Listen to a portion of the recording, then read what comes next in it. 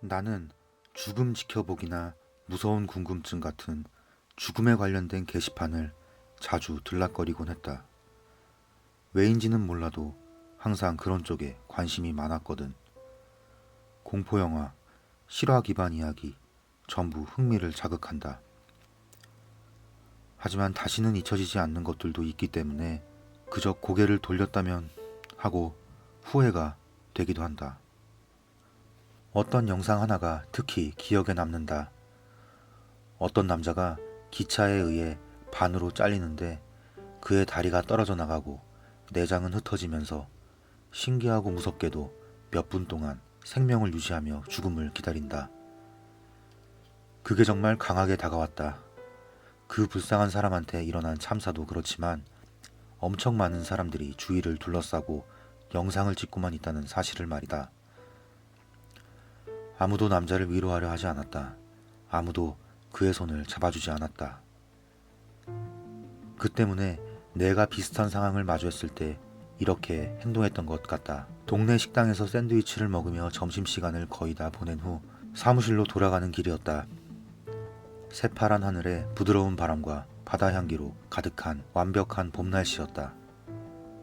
그 평화로움은 타이어가 내는 끼익 소리, 금속이 부딪히는 소리, 그리고 내가 들어본 중 가장 끔찍한 비명에 의해 깨졌다. 재빠르게 소리가 들려온 곳을 쳐다보았다. 자전거를 타고 가던 사람이 트럭에 치여 반쯤 깔린 채로 길가에 누워 있었다. 주변의 사람들은 모두 비슷한 상태의 충격에 빠져 있었고 다 같이 우리가 바라보고 있는 게 무슨 상황인지 이해하려는 것 같았다. 갑자기 고무줄이 튕기는 것처럼 빠른 속도로 시간이 다시 정상적으로 흐르기 시작했고 사람들은 119에 전화하고 교통을 통제하고 현장을 비워두기 시작했다. 하지만 아무도 그 사람에게 다가가지는 않았다. 바로 그 순간 나는 그 영상이 떠올랐다. 나는 뭘 해야 할지 알았고 생각할 겨를도 없이 피해자의 곁으로 달렸다. 내가 본 것들 중 가장 최악의 것이라고 한다면 끔찍한 과소평가일 것이다. 남자의 내장은 그를 반으로 가른 상처로부터 쏟아져 나오고 있었다. 다리 하나는 시뻘건 덩어리가 되어 있었다. 게다가 그 냄새란 받아들이기 힘들 정도였다. 다가가자 두려워했던 게 확실히 사실로 드러났다. 그는 의식이 있었던 거다. 치명상을 입고 삶의 마지막 순간에 와 있다는 사실을 인지한다는 걸 상상해보라. 그 어느 누구에게도 오지 않았으면 하는 운명이다. 그래서 나는 최대한 내가 할 수 있는 것을 했다. 나는 그의 곁에 무릎을 꿇고 필요 이상으로 그의 부상 부위를 보지 않도록 조심했다. 그의 눈은 커다랬고 동공이 터진 채 흰자는 야생마의 것처럼 구르고 있었다. 그는 나를 보자 조금 잠잠해지더니 멀쩡한 쪽 팔을 날 향해 뻗었다. 쉬. 나는 그의 손을 부여잡으며 중얼거렸다. 제가 여기 있어요. 같이 있어줄게요. 그 상황에서 그것 말고는 뭐라고 해야 할지 몰랐다. 그는 나를 바라보곤 숨길이 조금 천천히 잦아들었다. 저 죽는 건가요? 입가에 픽업품이 일며 그가 쉰 목소리로 말했다. 나는 거짓말을 할 수도 거짓 희망을 실어줄 수도 없었다. 우린 둘 다 현실을 알고 있었다. 그래요. 하지만 무서워할 거 없어요. 당신은 우리 모두가 마지막에 가는 곳으로 가는 거예요. 이게 당신이 원하는 것은 아니었단 걸 알지만 이젠 새로운 곳으로 떠나는 거예요.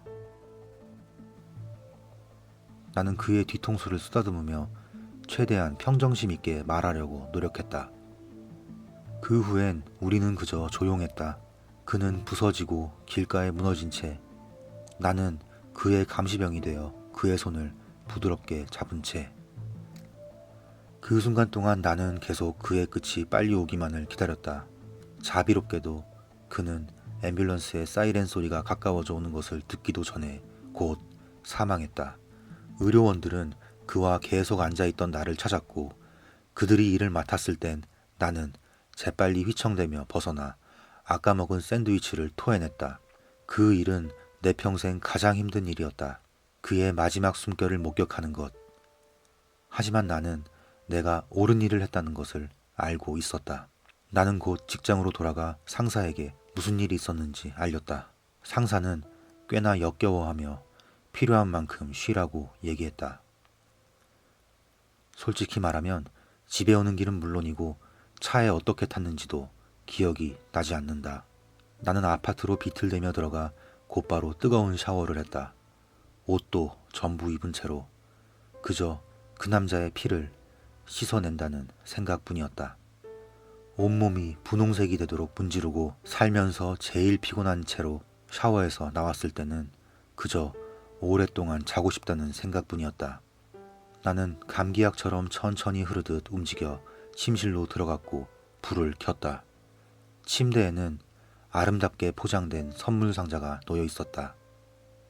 지금 생각해보면 우리 집에 들어올 수 있는 사람이 없다는 점을 고려해 좀 더 걱정을 해봐야 했지만 그 순간에 내 뇌는 정지 주파수보다 아주 약간 더 활동적일 뿐이었다.